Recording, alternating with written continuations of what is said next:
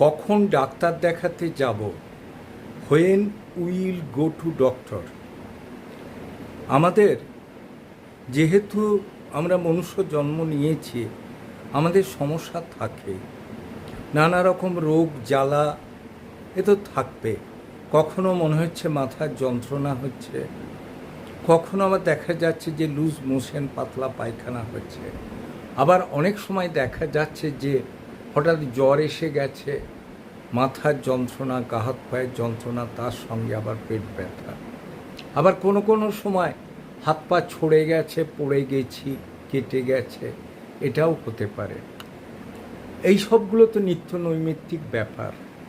এই ব্যাপারগুলোর ক্ষেত্রে আমরা নিজেরা চেষ্টা করি বাড়িতে যা কিছু আছে সেই সব ওষুধ খেয়ে ঠেকা দেওয়া, এবং তাতে যদি না হয় তখন কোনো ওষুধের দোকানে বা কাউকে জিজ্ঞেস করে বা কোনো ডাক্তারবাবুর সাথে আলাপ থাকলে তাকে ফোনে ধরে নিয়ে সেইভাবে চিকিৎসা করা।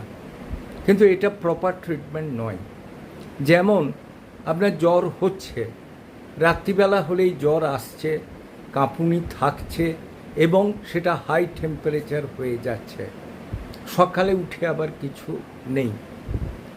এটার ক্ষেত্রে কিন্তু আপনি নিজে চিকিৎসা করলে ধরুন আপনি কিন্তু ফেঁসে যাবেন।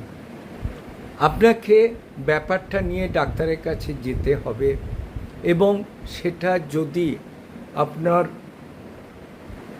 ম্যালেরিয়া হয়, রাত্রের দিকে জ্বর আসবে, আপনি কিন্তু নিজে সেটা বুঝতে পারবেন না, ডাক্তার ছাড়া কেউই ধরতে পারবে না। তবে সেক্ষেত্রে আপনাকে ডাক্তারের কাছে যাওয়াই বাঞ্ছনীয়।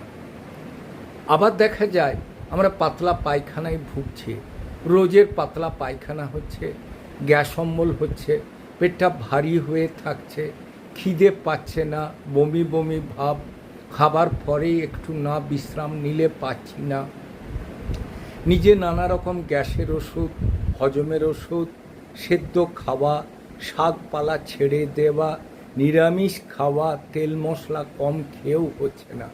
অবশ্যই আপনি ডাক্তারের কাছে গেলে উনি টেস্ট করে বা নিজে ক্লিনিক্যাল আই দিয়ে দেখে আপনাকে বলবেন যে আপনি হেপাটিক প্রবলেমে ভুগছেন।